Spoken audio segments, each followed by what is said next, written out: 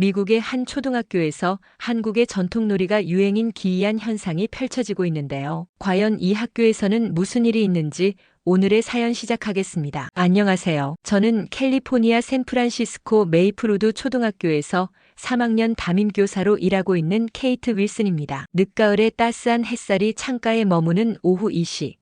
평소처럼 수업 자료를 정리하고 있던 저의 귀에 낯선 소리가 들려왔습니다. 교실 밖 운동장에서 들려오는 아이들의 웃음소리였는데 평소와는 달랐죠. 호기심에 창가로 다가가 보니 평소 같았으면 각자의 스마트폰을 들여다보며 따로 노는 아이들이 이상하게도 한자리에 옹기종기 모여 있었습니다. 작은 돌멩이 5개를 가지고 무언가에 심취해 있는 모습이었는데 그 중에서도 가장 눈에 띄었던 건 늘 혼자 조용히 지내던 리사가 리더가 되어 무언가를 설명하고 있다는 점이었어요. 햇볕에 반짝이는 돌멩이를 손에 쥐고 공중으로 던졌다 받았다 하는 모습이 마치 서커스의 저글링 공연 같았습니다. 그때 마침 교무실에 가려고 복도를 지나가던 중이었는데 아이들의 대화가 귀에 들려왔어요. 와, 수진아, 너희 나라에는 이런 재미있는 놀이가 있었구나.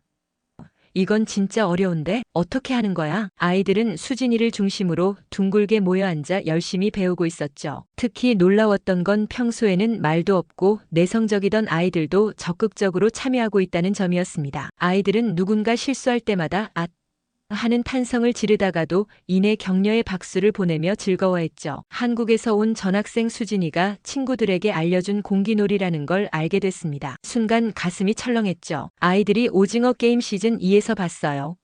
라고 외치는 순간 TV 속 그 잔인한 장면들이 떠올랐으니까요. 폭력적인 드라마의 영향이 우리 아이들에게까지 미치는 건 아닌지 걱정됐습니다. 다른 학부모들 사이에서도 우려의 목소리가 커져갔고 저 역시 이 놀이를 금지해야 하나 고민이 깊어졌습니다. 교사회의에서 이 문제를 공식적으로 제기하려던 찰나 수진이의 어머니를 만나게 됐죠. 그녀에게 들은 이야기는 제 생각을 완전히 바꾸어 놓았습니다. 공기놀이가 수백 년을 이어온 한국의 전통이라는 사실에 먼저 놀랐고 그 속에 담긴 의미들이 하나둘 제 마음을 두드렸습니다. 호기심은 자연스레 더 깊은 관심으로 이어졌고 지금은 아이들의 변화를 지켜보며 깊은 만족을 느끼고 있죠. 예전에는 디지털 기기에만 몰두하던 아이들이 이제는 쉬는 시간마다 교실 한켠에 모여 수진이에게 공기놀이를 배우며 생기 넘치는 웃음을 피워내고 있으니까요. 그저 단순한 놀이일 거라 생각했던 제 편견이 깨지는 순간이었죠. 아이들은 놀이를 통해 집중력을 기르고 서로를 배려하는 법을 배워가고 있었으니까요. 특히 놀라웠던 건 운동장에서 일어난 작은 사건이었습니다. 평소 수학 시간마다 틀릴까봐 발표를 망설이던 아이가 이번엔 내가 먼저 할래 하며 손을 번쩍 들더군요. 공기놀이를 하며 실수해도 괜찮다는 걸 배운 덕분이었을까요? 그 모습을 보며 문득 깨달았습니다. 이 놀이가 아이들에게 가르쳐준 건 단순히 돌을 던지고 받는 기술만이 아니었던 거죠. 특히 평소 소심했던 제 아들 샘이 친구들과 어울리며 자신감을 찾아가는 모습은 제 마음을 따뜻하게 만들었습니다. 어느 토요일 밤 집안에 울리는 탁탁 소리를 따라가 보니 샘의 방에서 희미한 불빛이 새어나오고 있었습니다. 분명 2시간 전에 잠들었을 아이가 이불 속에서 몰래 공기놀이를 하고 있었죠. 평소라면 당장 자 라고 했겠지만 그날따라 이상하게 아이의 진지한 표정이 눈에 들어왔습니다. 엄마도 한번 해볼래? 샘의 제안에 망설였죠. 아이들 놀이에 어른이 끼어드는 게 맞나 싶었거든요. 하지만 돌을 던지고 받는 단순한 동작에서 묘한 긴장감이 느껴졌습니다. 1번, 2번 실수할 때마다 샘이 엄마 이건 이렇게 해야 돼요 하며 조곤조곤 설명해 주는데 이상하게 자존심이 상하기는커녕 더 도전하고 싶어졌어요. 어느새 시계는 새벽 2시를 가리키고 있었습니다. 깜짝 놀라 샘을 재웠지만 그날 이후로 저도 모르게 퇴근길에 반짝이는 돌멩이들이 눈에 들어오기 시작했어요. 이제는 매일 저녁 샘과 함께 거실 바닥에 앉아 공기놀이를 하는 게 일상이 되었습니다. 처음에는 혼자서도 연습했습니다. 점심시간에 교실에 남아 수진이에게 배운 방법을 따라해보고 퇴근 후에는 동네 공원에서 예쁜 돌을 골라보기도 했죠. 한 번은 샘이 학교에서 돌아와 엄마 선생님이 공기놀이 잘하시던데요. 라며 놀라워하던 날도 있었습니다. 아마도 제가 몰래 연습하는 걸 본 모양이었죠. 그렇게 우리 모자는 매일 밤 작은 돌멩이들과 함께하는 시간을 가지게 되었습니다. 수진이가 알려준 공기놀이는 물론이고 딱지치기와 무궁화꽃이 피었습니다까지 한국의 전통놀이들이 우리 학교를 하나둘 물들이기 시작했습니다. 교실마다 아이들이 직접 만든 딱지들로 가득 찼고 복도에서는 동전 대신 딱지를 던지며 즐거워하는 웃음소리가 끊이질 않았죠. 특히 인상적이었던 건 무궁화 꽃이 피었습니다. 놀이였습니다. 술래가 벽을 보고 노래를 부르는 동안 다른 아이들이 살금살금 다가오는 모습이 마치 고양이들의 몰래 행진 같았어요. 술래의 눈을 피해 움직이지 않는 척하면서도 앞으로 나아가려는 아이들의 눈빛에서는 진지함이 느껴졌습니다. 놀라웠던 건 이 놀이들이 가져온 변화였습니다. 수업 중간 휴식 시간에 있었던 일인데요. 평소 수학 시험에서 1등을 놓고 경쟁하던 마이클과 토마스가 딱지치기를 하고 있었죠. 토마스가 이기고 있었는데 마이클의 딱지가 모서리가 살짝 찢어진 걸 발견했습니다. 놀랍게도 토마스가 잠깐만 내 딱지 망가졌어. 내가 새로 접는 법 알려줄게 하며 자신만의 특별한 접기 방식을 알려주더군요. 다음 날부터 아이들은 딱지 병원이라는 걸 만들었습니다. 쉬는 시간마다 찢어진 딱지를 고치고 서로의 비법을 공유하는 공간이었죠. 복도 벽에는 아이들이 직접 만든 놀이 규칙표가 붙어 있었는데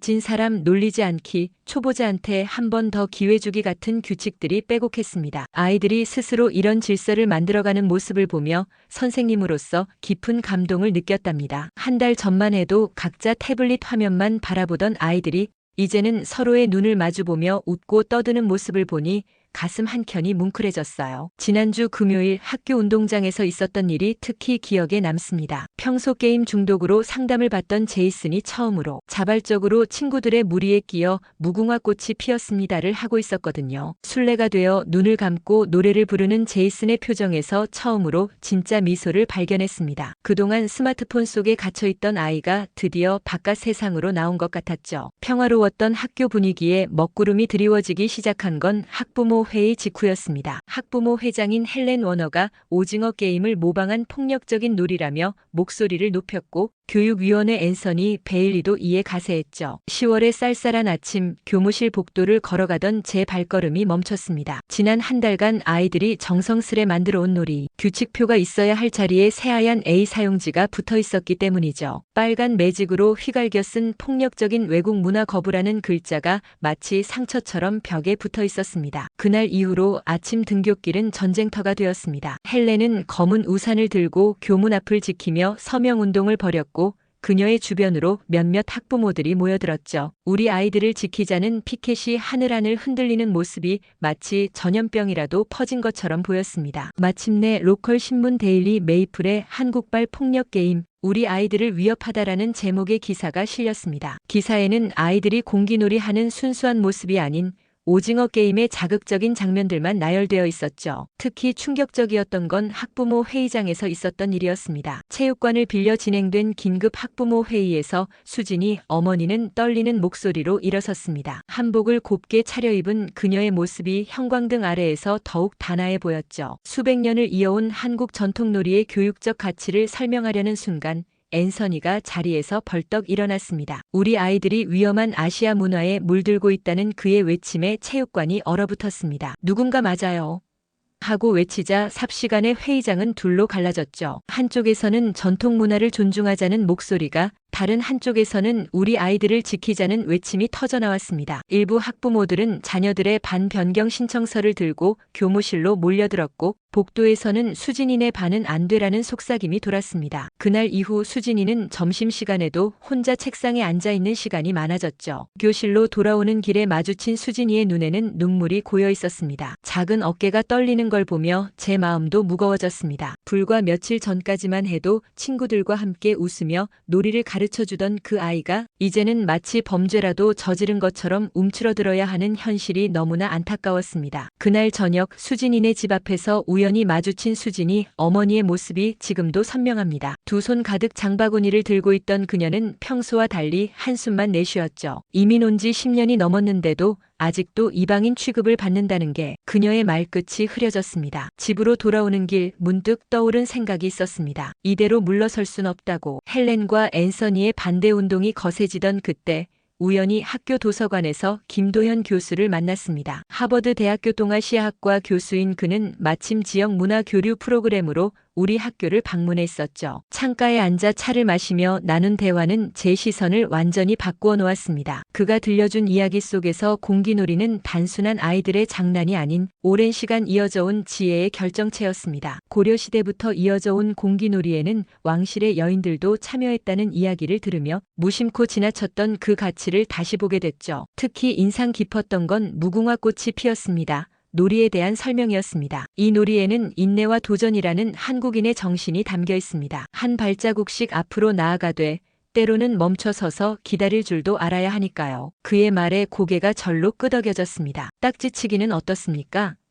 제가 묻자 그의 눈이 반짝였습니다. 폐지를 재활용해 만드는 딱지에는 전쟁 이후 물자가 부족하던 시절 아이들의 창의력과 적응력이 담겨 있다는 설명이 이어졌습니다. 그제서야 이해했습니다. 왜 우리 아이들이 이 놀이에 그토록 빠져들었는지. 스마트폰이나 태블릿이 줄 수 없는 무언가가 이 놀이들 속에 있다는 걸요. 자정을 넘긴 시간, 우연히 본 유튜브 영상이 제 시선을 사로잡았습니다. 공기놀이 배우기라는 제목의 영상이었는데 조회수가 수백만을 넘어서고 있었죠. 댓글창에는 세계 각국의 사람들이 공기놀이의 규칙을 물어보며 열띤 토론을 벌이고 있었습니다. 특히 인상적이었던 건 이 열풍이 단순한 호기심을 넘어 교육계에도 퍼져나가고 있다는 점이었습니다. 세계 곳곳의 교육 전문가들이 한국 전통놀이의 가치에 주목하기 시작했고 여러 교육 저널에서는 디지털 시대를 살아가는 아이들의 정서 발달과 사회성 향상에 미치는 긍정적인 영향을 다루었죠. 이런 소식들을 접하면서 우리 학교의 상황이 더욱 아이러니하게 느껴졌습니다. 전 세계가 한국 전통놀이의 가치를 재발견하고 있는 지금 정작 우리 학교에서는 이를 금지하려 한다는 사실이 마음을 무겁게 했죠. 스마트폰을 내려놓고 인터넷 뉴스를 검색하던 중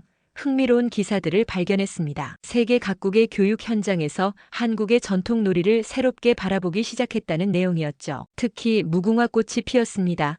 놀이는 단순한 규칙 속에 담긴 교육적 가치로 주목받고 있었습니다. 여러 나라의 교육자들이 이 놀이가 아이들의 집중력과 신체 발달에 도움이 된다고 평가했고 실제로 방과 후 프로그램이나 체육 활동에 도입하는 학교들이 늘어나고 있다는 소식이었죠. 기사를 읽으며 한국 전통놀이가 세계인의 관심을 받는 현실이 새삼 놀랍게 다가왔습니다. 이 소식들을 접하며 우리 학교의 상황이 더욱 아이러니하게 느껴졌습니다. 전 세계가 한국 전통놀이의 가치를 재발견하고 있는 지금 정작 우리 학교에서는 이를 금지하려 한다는 사실이 마음을 무겁게 했죠. 하지만 동시에 이런 세계적인 흐름이 우리 학교의 상황도 변화시킬 수 있지 않을까 하는 작은 희망도 생겼습니다. 그러던 어느 날 도서관에서 우연히 발견한 한 장의 사진이 제 시선을 붙잡았습니다. 1950년대 미국 초등학교 운동장에서 찍힌 흑백 사진이었는데 아이들이 비석치기를 하는 모습이었죠. 사진 설명에는 전쟁 이후 한국 참전 용사들이 미국에 소개한 놀이라고 적혀 있었습니다. 70년 전 이미 한국의 놀이 문화는 국경을 넘어 아이들의 웃음소리가 되었던 겁니다. 아이들이 직접 변화의 바람을 일으켰습니다. 수진이와 샘이 중심이 되어 한국 전통놀이 대회를 기획했죠. 처음에는 점심시간에 교실 한켠에서 조용히 시작된 작은 움직임이었습니다. 창가에서 시작된 작은 속삭임이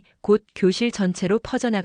수진이의 공책에는 대회 계획이 빼곡히 적혀 있었고 샘은 친구들을 한 명씩 설득하며 참가자 명단을 만들어갔죠. 쉬는 시간마다 아이들은 책상을 둘러싸고 아이디어를 쏟아냈습니다. 소문은 순식간에 다른 학년으로 번져갔습니다. 5학년 미술반 아이들은 점심시간도 반납한 채 도서관에 모여 포스터를 그렸습니다. 형형색색의 물감으로 그려진 한복 입은 아이들의 모습. 공기놀이하는 손동작 하나하나가 마치 살아 움직이는 것 같았죠. 4학년들은 운동장 한켠에 모여 규칙집을 만들었고 6학년 방송반은 아침 조회 시간의 대회 소식을 전교생에게 알렸습니다. 놀이 대회는 순식간에 학교 전체의 관심사가 되었습니다. 복도마다 포스터가 붙었고 교실마다 연습하는 아이들의 웃음소리가 가득했습니다. 급식실에서도 도서관에서도 심지어 화장실 앞에서도 아이들은 대회 이야기로 시끌벅적했죠. 특히 인상적이었던 건 반대하던 학부모들의 자녀들도 하나둘 참여하기 시작했다는 점이었습니다. 헬렌의 아들 토미도 딱지치기 대회에 참가 신청서를 냈고 앤서니의 딸 제시카는 방과 후에 남아 무궁화 꽃이 피었습니다를 연습했죠. 대회 준비 과정에서 아이들은 서로 도우며 성장했습니다. 영어를 잘하는 아이는 한국말을 가르쳐주고 손재주 있는 아이는 딱지 접는 법을 알려주었죠. 그 과정에서 자연스럽게 문화의 벽이 허물어지는 걸 지켜보며 아이들의 순수한 마음이 어른들의 편견보다 얼마나 더 현명한지 깨달았습니다. 그러던 중 한 가지 놀라운 장면을 목격했습니다. 앤서니의 딸 제시카가 수진이에게 다가가 무궁화 꽃이 피었습니다. 놀이를 배우고 싶다고 말하는 순간이었죠. 처음에는 어색해하던 두 아이가 어느새 웃음을 나누며 함께 놀이를 즐기고 있었습니다. 그 모습을 보며 문득 떠올랐습니다. 편견이란 결국 서로를 모르는 데서 오는 두려움이 아닐까 하고요. 앤서니 베일리가 교육위원회 긴급회의를 소집했습니다. 회의실 안에서는 아이들의 놀이 대회를 중단시키기 위한 논의가 진행되고 있었죠. 교육적 가치 없는 활동이라는 그의 주장에 몇몇 위원들이 고개를 끄덕였습니다. 하지만 이번에는 달랐습니다. 첫 변화는 학부모들 사이에서 시작됐습니다. 수진이 어머니가 준비한 탄원서에는 불과 이틀 만에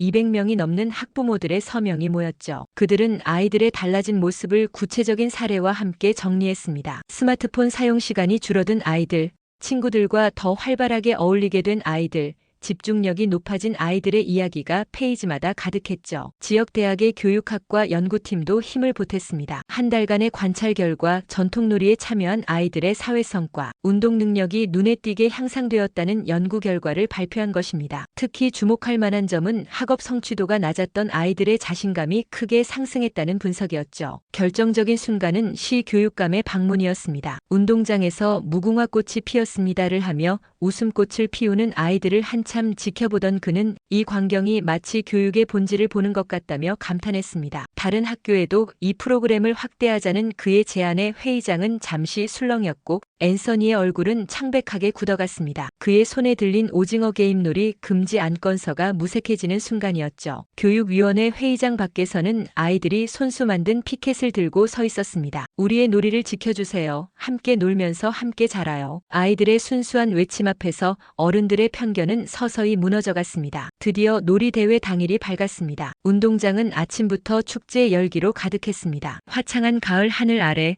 아이들이 직접 만든 한복 모양의 종이 장식들이 바람에 하늘거렸고 각 학년별로 공기놀이, 딱지치기, 무궁화 꽃이 피었습니다. 경기가 진행됐습니다. 복도에는 아이들이 정성스레 준비한 한국 전통놀이 역사 전시회가 열렸는데 특히 6학년들이 제작한 조선시대 궁중 놀이 디오라마가 방문객들의 시선을 사로잡았죠. 예상보다 훨씬 많은 사람들이 찾아왔습니다. 지역 신문사 데일리 메이플의 기자들은 아이들의 웃음소리와 진지한 경기 모습을 카메라에 담았고 인근의 윌로우 초등학교와 세인트 조지 초등학교 교사들도 메모를 하며 열심히 관찰했습니다. 심지어 교육청에서도 견학을 왔죠. 가장 놀라웠던 건 헬렌의 변화였습니다. 처음에는 완강하게 반대하던 그녀가 이날만큼은 조용히 관중석 한켠을 지키고 있었습니다. 딱지치기 결승전에 오른 아들 토미의 모습을 지켜보는 그녀의 눈가에 살짝 맺힌 미소를 발견한 순간 무언가가 변하고 있음을 느낄 수 있었죠. 대회의 절정은 마지막 순서였던 전교생 무궁화 꽃이 피었습니다. 경기였습니다. 햇살이 서쪽으로 기울기 시작한 오후 4시. 운동장을 가득 메운 200여 명의 아이들이 일제히 출발선에 섰습니다. 형형색색의 운동복을 입은 아이들이 만들어내는 광경은 마치 살아있는 무지개 같았죠. 순례로 나선 수진이가 벽을 보고 서서 천천히 무궁화 꽃이 피었습니다를 외쳤습니다. 순간 운동장은 마치 시간이 멈춘 것처럼 고요해졌고 200개의 작은 동상들이 각자의 자세로 굳어졌죠. 누군가의 재채기로 움직인 아이는 웃으며 탈락하고 바람에 흔들리는 옷자락을 참느라 진땀 흘리는 아이들의 모습에 관중석에서는 웃음이 터져나왔습니다. 결승선을 향해 조금씩 전진하는 아이들의 모습은 마치 거대한 물결 같았습니다. 서로 다른 학년, 서로 다른 문화의 아이들이 하나의 놀이 속에서 하나가 되어가는 모습이었죠. 마침내 한 아이가 결승선을 통과하자 운동장은 다시 한번 환호성으로 가득 찼습니다. 그날의 우승자는 뜻밖에도 앤서니의 딸 제시카였습니다. 시상식에서 제시카는 수진이를 꼭 안았고 그 모습을 지켜보던 앤서니의 굳은 표정이 조금씩 풀어지는 게 보였습니다. 대회가 끝난 후 수진이 어머니가 준비한 한국 전통 다과를 나누며 이야기꽃을 피우는 학부모들의 모습에서 더 이상 분열의 그림자는 찾아볼 수 없었죠. 놀이대회 이후 학교는 완전히 달라졌습니다. 수진이가 들려준 한국 전통 놀이는 이제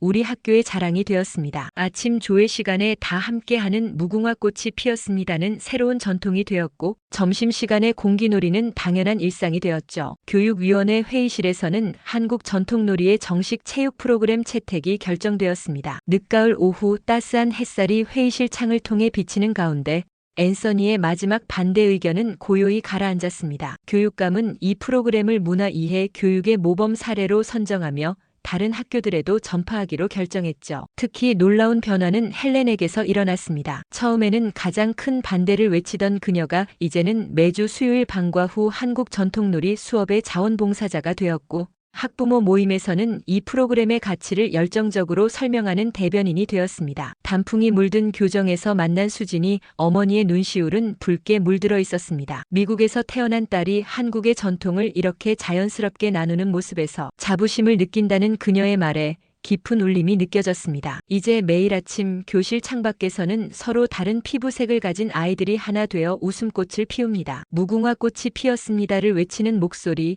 공기놀이를 하며 터지는 웃음소리, 딱지치기의 탁탁 소리가 어우러져 새로운 화음을 만들어냅니다. 이렇게 한국 전통놀이는 우리 학교의 새로운 전통이 되었습니다. 문화의 차이가 불신과 갈등을 낳을 수 있지만 서로를 이해하고 존중하는 마음만 있다면 그것이 오히려 우리를 하나로 이어주는 다리가 될 수 있다는 걸 배웠습니다. 오늘도 우리 학교 운동장에서는 공기놀이로 시작해 딱지치기로 이어지고 무궁화꽃이 피었습니다로 마무리되는 아이들의 웃음소리가 끊이지 않습니다. 그리고 이제는 더 이상 누구도 그것을 오징어 게임의 폭력적인 놀이라고 부르지 않습니다. 오늘의 사연 어떻게 들으셨나요?